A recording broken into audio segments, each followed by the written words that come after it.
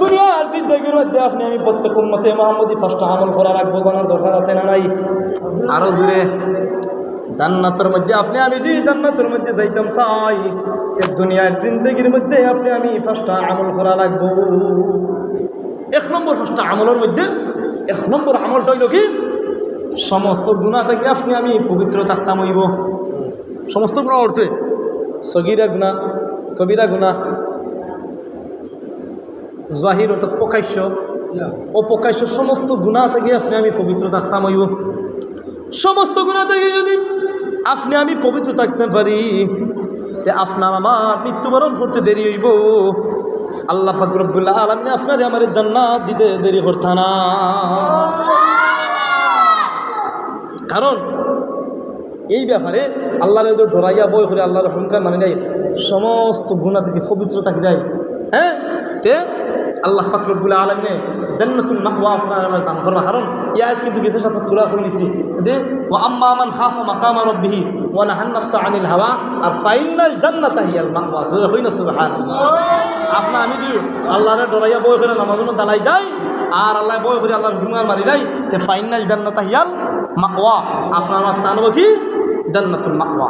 দুই নম্বর আমল হইল আল্লাহ পাক রব্বুল আলামিন আপনার আমার যতটুকু ধন সম্পদ দান করছেন, যতটুকু ধন সম্পদ দান করছেন অতটুকুর উপরে আপনি আমি অটল থাকতাম। প্রশ্ন হইতে পারে, আল্লাহ পাক রব্বুল আলামিনে আমার সম্পদ দিয়েছেন, অমুক ব্যক্তিরা কি দিলাইছেন 10টা গাড়ি, বিল্ডিং দিলাইছেন, তুমি সবর এবং ধৈর্য ধারণ করো।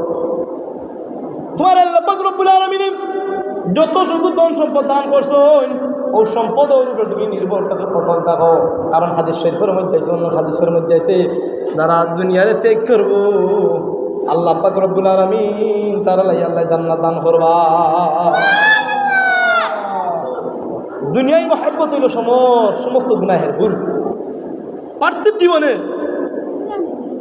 জীবনে আল্লাহ পাক রব্বুল আলামিন যতটুকু ধন সম্পদ দান করছেন ও অতটুকুর উপরে আপনি আমি অটল থাকতাম, হইতাম না ইসরেবা।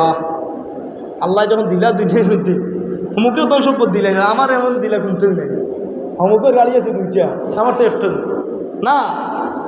তুমি তো জান্নাতের আকাঙ্ক্ষা তোমার ভিতরের মধ্যে থাকে, অন্তরের মধ্যে থাকে। তে ফার্স্টটা আমলের মধ্যে 2 নম্বর আমল হইল স্বল্প যতটুকু আল্লাহ পাক রব্বুল আলামিন স্বল্প সম্পদ দান করছেন ও সম্পদের আপনি আমি অটল থাকি যাই। অন্য হাদিসের মধ্যে আছে দুনিয়ার সব আপনার দুনিয়ার মহব্বত আপনি আমি ছাড়ি দেই, আল্লাহ পাক রব্বুল আলামিন আপনি আমার জান্নাত দান করেছেন। খালি জান্নাতও যাইতে রইতো খালি আমরা খালি এ ব্যাপারেও 3 নম্বর আমল হইল আপনি আমি যত আপনার আমার জীবনের মধ্যে ছোট এবং বড় সব ইবাদত দিয়ে আপনি আমি করতাম। ছোট আমল বড় আমল তা সবটা করিয়া দিতাম, আর অন্তরের মধ্যে ওখান থাকতই। আল্লাহ পাক রব্বুল আলামিন আমার জিন্দেগির মধ্যে কোনো নেক আমল নাই, আমি তো দৈনিক 5 ওয়াক্ত নামাজ পড়তাম পারি না গো আল্লাহ, কিন্তু ছোট ছোট নেক আমল আমার অন্তরের মধ্যে নিয়ত আছে। আমি 5 ওয়াক্ত নামাজ পড়তাম পারি না সময় মতো গুরুত্ব সহকারে, তো এরপরে অন্তরের মধ্যে আছে তাকওয়া আছে, আল্লাহর ডর এবং ভয় আছে। কোনো সময় আমি মসজিদের মধ্যে ইয়া কই আর সুবহানাল্লাহ আলহামদুলিল্লাহ আল্লাহু আকবার এই অন্তরের মধ্যে পড়ে রাইয়া ছোট বড় কাল কিয়ামতের কঠিন ময়দানে আপনার আমার বড় বড় আমলাতে না খাসনাম করতে পারে, ও ছোট ছোট আমলাতের কারণে আপনার আমার বিরোধের জরিয়া বুঝতে পারে। ছোট আমলে কোন সময় হলে গেছে অল্প আমলে নাজাতের জন্য যথেষ্ট হইব। এই ব্যাপারে আল্লাহ পাক রব্বুল আলামিন বলা ওয়া তিলকাল জান্নাতুল্লাতী উরিসতুমুহা বিমা কুনতুম তা'মালুন।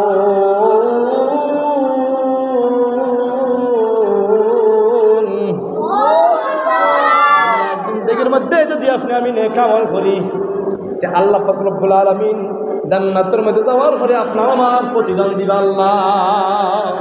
দুনিয়ার নিজাম হইল আপনার আমার যদি আমি কাম করি তে টাকা দিবা না নি, সারাদিন কাম করলে বিকালের মোটামুটি মজুরি একটা দিবা, তা আল্লাহর কাম করিয়া গেলে আল্লাহ পাক রব্বুল আলামিন আপনার এখানে একটা মজুরি দিবে, প্রতিদান দিবে। ওয়াতিলকাল জান্নাতুল্লাতী উরিসতুমুহা বিমা কুনতুম তা'মালুন।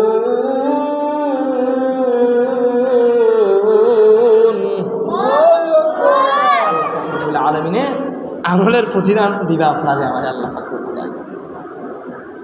তো শর্ত হইল কি চেষ্টা করতাম। আর 4 নম্বর আমল হইল দুনিয়ার জিন্দগির মধ্যে নেককার মানুষের লাগে চলাফেরা করতাম, নেককার মানুষের লাগে চলাফেরা করতাম। যারা নমাজি মানুষ 5 ওয়াক্ত নামাজ পড়ে তারা সম্পর্কে তারা লাগে আপনি আমি সম্পর্ক লাগাইতাম। কারণ